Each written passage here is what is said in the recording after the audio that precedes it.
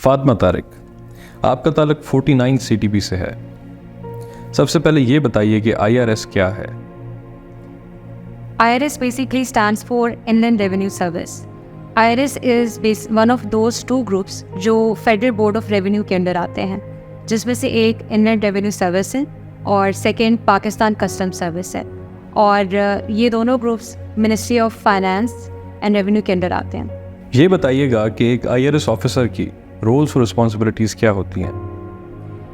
एक IRS officer mainly deal कर रहा होता है टैक्स या रेवेन्यू कलेक्शन के साथ, टैक्स पॉलिसी मेकिंग और बजट के matters. Fatima Tariq, where are you currently posted?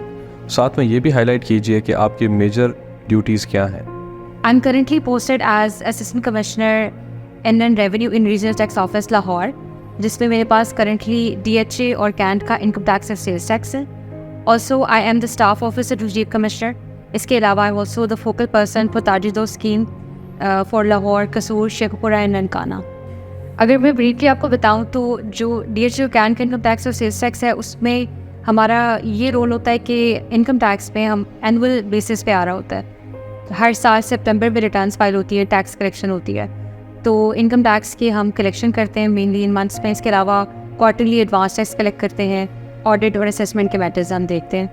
और बीइंग स्टाफ ऑफिसर मेरा ये रोल है कि जैसे रिसेंटली भी हमारी रिटर्न फाइलिंग सीज़न हमारा गुजरा है, उसमें जितनी भी लाहौर की रिटर्न फाइलिंग एक्सरसाइज थी उसको मैं मॉनिटर कर रही थी। और इसके साथ साथ जितने भी हमारे इवेंट्स होते हैं रीजनल टैक्स ऑफिस में एडमिनिस्ट्रेटिवली, उसको मैं डील कर रही होती हूँ। और रिसेंटली फाइनेंस मिनिस्टर ने विज़िट किया था RTO लाहौर का, वो उस इवेंट को भी मैंने होस्ट किया था।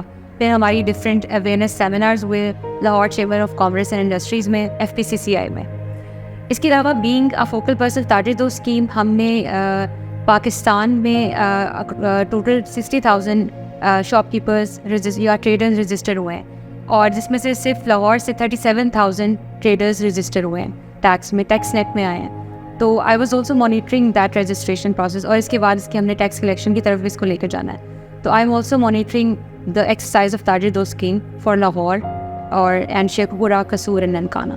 इंडियन रेवेन्यू सर्विस के अंदर हॉरिजॉन्टल और वर्टिकल मोबिलिटी के डायनामिक्स के हवाले से कमेंट कीजिएगा। इंडियन रेवेन्यू सर्विस के अंदर सबसे पहले हम बात कर लेते हैं वर्टिकल मोबिलिटी की। इस पर सबसे पहले ये कि सबसे पहले जब हमारी फर्स्ट पोस्टिंग होती है तो we recruited as assistant commissioner in grade 17, और उसके 3 years के बाद वी बिकम डिप्टी कमिश्नर्स जो ग्रेड 18 होता है।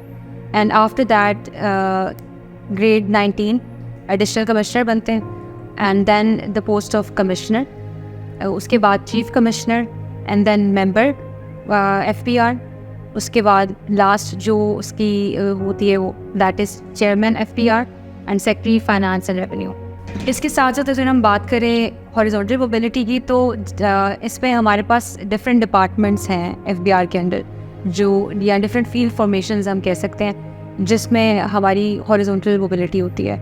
यानी कि जिसमें फील्ड फॉर्मेशंस हैं, रीजनल टैक्स ऑफिसेज हैं, कॉर्पोरेट टैक्स ऑफिसेज हैं, लार्ज टैक्स पेयर ऑफिसेज हैं, और इसके साथ साथ INI के है डिपार्टमेंट है, DNFBP है, बेनामी जोन है।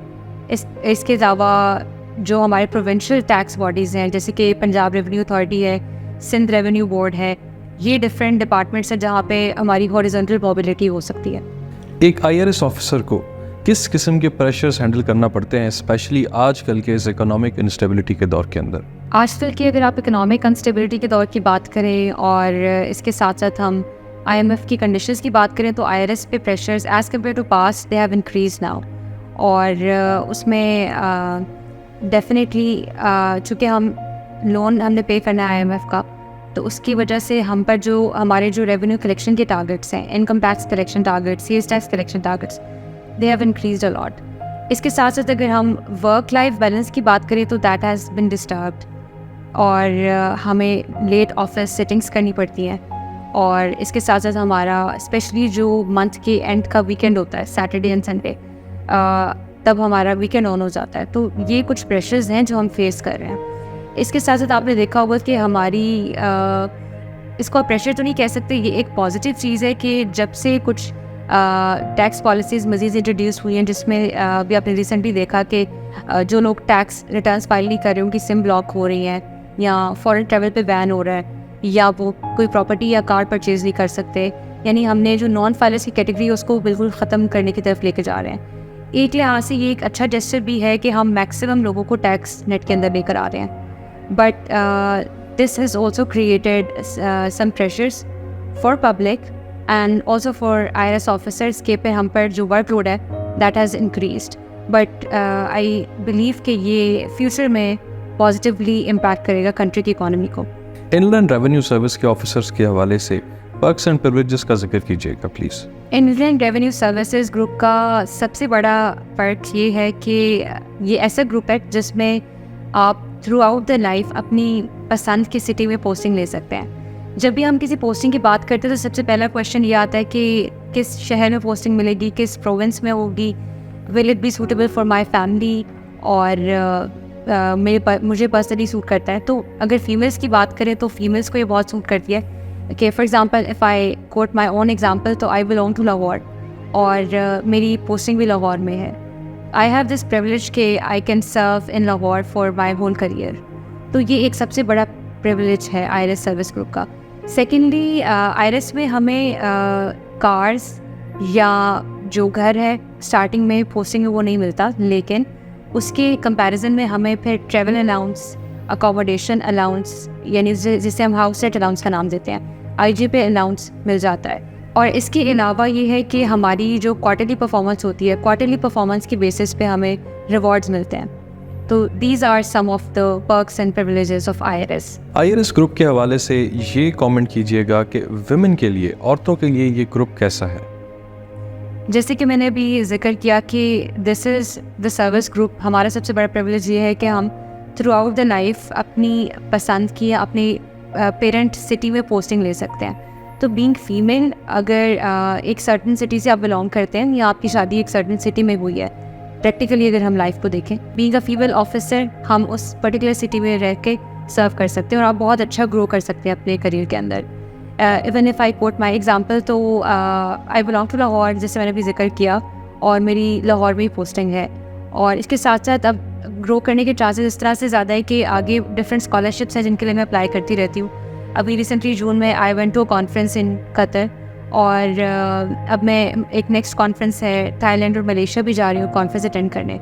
तो आपके पास बीइंग वुमेन भी आप अपने पेरेंट सिटी में भी सर्व कर सकते हैं। फिर आपके पास आगे डिफरेंट स्कॉलरशिप्स को ग्रैब करने की अपॉर्चुनिटीज़ भी हैं।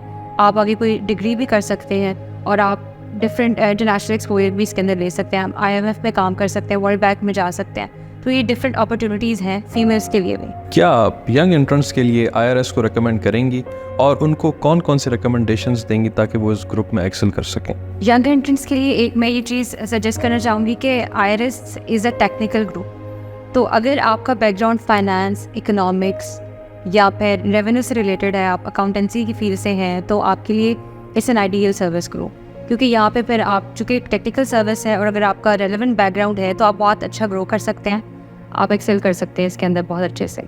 सेकेंडली इसकी जो एक ये पर्क या प्रिविलेज है कि आप अपने पेरेंट सिटी के अंदर सर्व कर सकते हैं। तो ये भी एक आपके लिए, अगर यू आर समवन जो कंफर्टेबल है अपने पेरेंट सिटी में सर्विस करना चाहता है, तो उसके लिए एक आइडियल ग्रुप है, बहुत अच्छा ग्रुप है। थर्डली आप ये देखें कि वर्क लाइफ बैलेंस हमारी लाइफ में बहुत इंपॉर्टेंट है। पर्क्स एंड प्रिविलेजेस की भी अहमियत है, लेकिन इसके साथ साथ जब आप अपनी प्रैक्टिकल लाइफ में एंटर होते हैं, whenever you get married, you have kids, और प्रैक्टिकल लाइफ में जैसे जैसे आप एंटर होते हैं, आप मैच्योर होते हैं, देन यू रियलाइज़ कि फैमिली का साथ होना आपके लिए बहुत इंपॉर्टेंट है। तो प्रैक्टिकल एस्पेक्ट से अगर आप देखें, वर्क लाइफ बैलेंस इसके अंदर बेहतर है, अच्छा है as compare to other groups. So this is one of the best groups in CSS, especially for females and then for males as well. अगर आप जो 3 फैक्टर्स मैंने भी डिस्कस किए आपके साथ, अगर आप उनको अपनी लाइफ में कंसीडर करते हैं तो